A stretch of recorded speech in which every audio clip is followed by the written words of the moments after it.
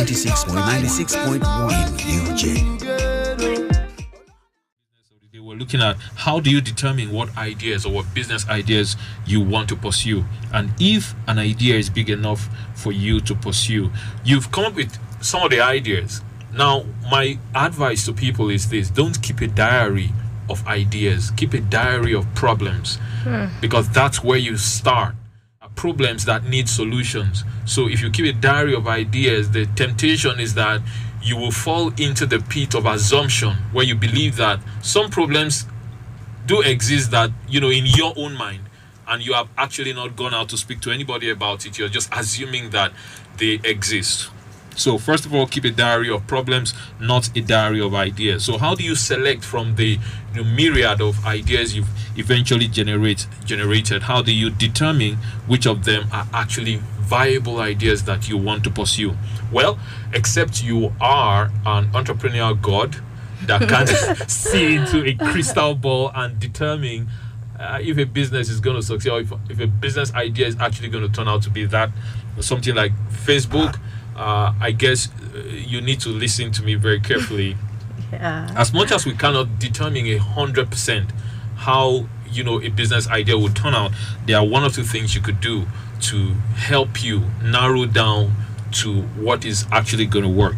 And one of those things is this: start with the business model canvas, not a business plan. A business plan takes you weeks to write. You do a lot of research, you come up with a bulky document, and then you're making financial forecasts for 5 years. That's not feasible. That's insane, actually. If you have to do a business projection for 5 years, that's not feasible. Today we have a very changing economy that doesn't, the economy changes rapidly with so much innovation and tech in our current business space today.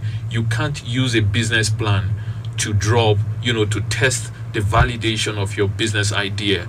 One, the business plan is not flexible, right? Business plan is not flexible. So what I usually recommend, and I usually try to train people on, is what we call the business model canvas. It's just a single sheet of paper. All right. I was already thinking. No. The business model canvas, when we talk about business model is just a plan, right? That helps you successfully run the business operations. Not just run a business, but successfully. That's the key word there.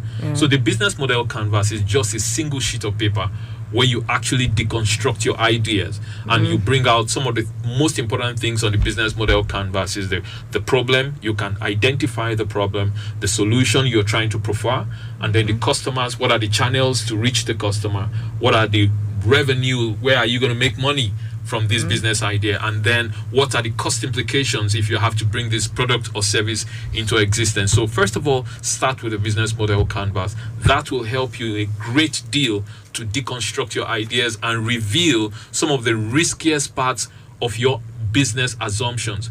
Most time people have a business idea, right? They just jump, say, please, can you give me money? I want to start a business. I have this wonderful business idea. They have not validated or test the accuracy of that idea. So they take money, they put it into something that they've never tested, they've never done business before, they don't even know where they're going to make money from. They are not looking at what's the cost, what troubles are we going to face, who are our customers, how do we reach them. These are things that you're actually supposed to find out before you actually launch that business. So for you to test which idea is actually going to be viable, you need to use the business model. I was talking about how you deconstruct your ideas using the business model canvas. And sometimes I usually hold this like a monthly thing. Once in a month, I gather people around and help them understand if they have business ideas, and help them understand how they are going to move their businesses forward, or that idea they are trying to bring into existence. A lot of people are too afraid to dare their ideas. So this gives you the platform to play around with things. The business model canvas is actually very flexible. You could change it. And one tip for you to use the business model canvas and validate your business idea is to do what we call the problem interview, right? When you have a business idea, a lot of people talk to their friends, talk to their family members, talk to their pastors, talk to whoever, but you're talking to the wrong set of people. The persons you should be talking to are the customers you have in mind to serve. So you can't be talking to your friends. Your friends will always want to tell you, oh, wow, great idea. But they don't have the business know-how, and they don't have the skill set. So a lot of businesses fail because of skill set and knowledge. Discover that for ladies, or for men rather, men's shoes are actually very expensive. So, and you want to sell shoes for men, and you say, okay, what's the problem? What problem am I actually trying to solve? One, okay, shoes for men are very expensive, right? And then you go to the solution segment and you say, okay, what is my solution? Low cost shoes for low cost, for low income earners. Enjoy very wonderful shoes anyway. And then you now say, okay, who are my customers? Then you go to the customer segment and you say, okay, I want to reach out to maybe staffs of the university, right? So what's the path to reach these staffs of the university? Are they on social media, right? Are they actually people you could walk up to? Where do they live? A lot of students live on their phones, on Facebook, on WhatsApp, on Instagram, on all those kind of things. And those are mediums or media you can use to actually reach these people. So if you determine all these things, you can see how it's coming together. So whatever your ideas are, you can deconstruct them on a single piece of paper. And if you have those assumptions, when you go out and do the problem interview, you can come back and still correct those assumptions you had initially. And so you keep narrowing down until you get something that is really, really fine-tuned, that is going to work for you. And then I think lastly, I'll just talk about how do you actually measure progress. Work acceleration is not the same thing as business progress. Work acceleration is not the same thing as business progress. Because most times people are busy, they associate being busy with being progressive. They are not the same thing. You need, when you venture into business, there must be some form of metrics that you use to determine, am I making progress, right? I know of a family friend. The mom got, good amount of money, like 10 million naira. And the first business she went to invest to was, did ground cereal business. And she registered as a sub-distributor, spent almost 50% of that money registering as a sub-distributor. In 4 years, that business was over. What killed the business? One, the mother just retired. She had never done business before. She went into a very high-risk business for a novice who is actually doing business for the first time. And then there was no metrics to measure success. I asked the daughter, I said, so how did you people determine you were making profits? She said, well, Eric, I don't know. We're just selling oil and buying oil, right? We come every day and then and that's not business. A lot of people do that. Now, how do you determine if you're actually making progress? There are 5 major metrics that you use to determine if you're making progress. One is acquisition. How do you acquire customers? If you're doing a business that is online, you need to know the traffic that is coming to your site. How many people are visiting your site on a day-to-day basis? If you keep having, maybe on a daily basis, you have about 50 people coming, and then you keep working so hard to build your content. You say, oh, I'm doing a blog. I'm just building so much content. I'm writing. I said, Gloria, what are you doing? I said, man, Eric, you know what I'm doing? I'm writing so much on my blog. And then if we go back and use maybe Google Analytics to check your statistics for the number of visitors, we still see that your visiting rate or your traffic is flat. That's not progress. So you use metrics like the acquisition, activation, right? How do you activate those people from being just visitors, converting them to people who are becoming paying customers? And then we now look at how do you generate revenue. So the third is revenue, right? And then you have the fourth, which is the retention. It is easier to retain a customer than to get a new one. Absolutely. Very true. Very easy to retain an existing and most businesses succeed by building, helping, retaining existing customers. And then the last point is referrals. Word of mouth is still one of the best form of marketing we have today. If I buy something and it works for me and I see you, I will market that thing for the company to you. And because you trust me, you will actually go out and buy. I see a lot of people, you have an account on Instagram, most especially business account, and the next thing somebody is going to say, follow, and then when you follow, they send you a message and say, thank you for following. I have this product, and you just buy. That's what we call a customer's journey. People don't just buy stuff. They go through a journey. And if you don't know where the customer is on his or her own journey, you're wasting your time. So what we're doing on Startup HubSpot is try to help you deconstruct, reveal those things to you that we believe that is making your business not to go from where it is, to a higher level. So we want to help you grow. All right. We want to help you understand marketing and sales. And then if you want to hook up with Startup HubSpot, you can just do that at on Instagram at Startup HubSpot. So thank you.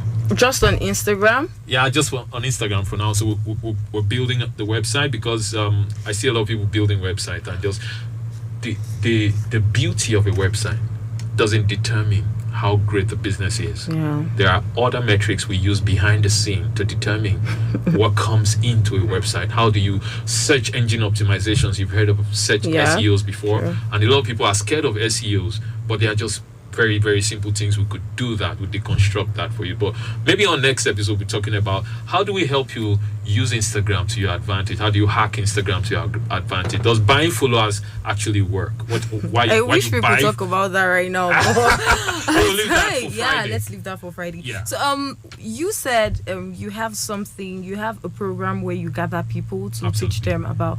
So I'm very sure people would want to attend or know more about it. All right. On Fridays, usually I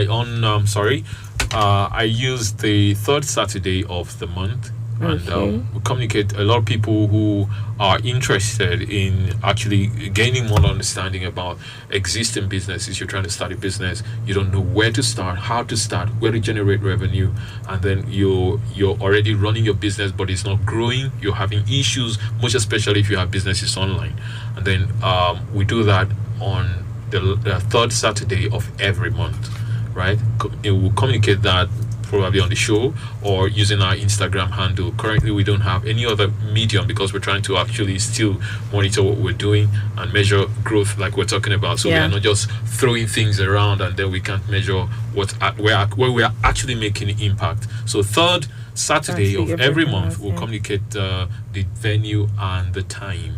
All right. So I want us to clear the air right now because I'm sure many people would be wondering, does Startup HubSpot give loans?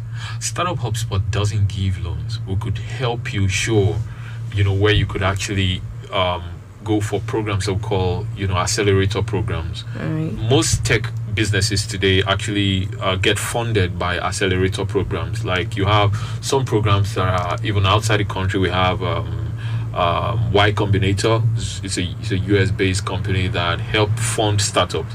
There are tons of information on those kind of things. Probably on the next episode, right, we'll be talking about giving people information about some of the accelerator programs that they can apply to. Those that are in Nigeria, there's the Tony Elimelu fund.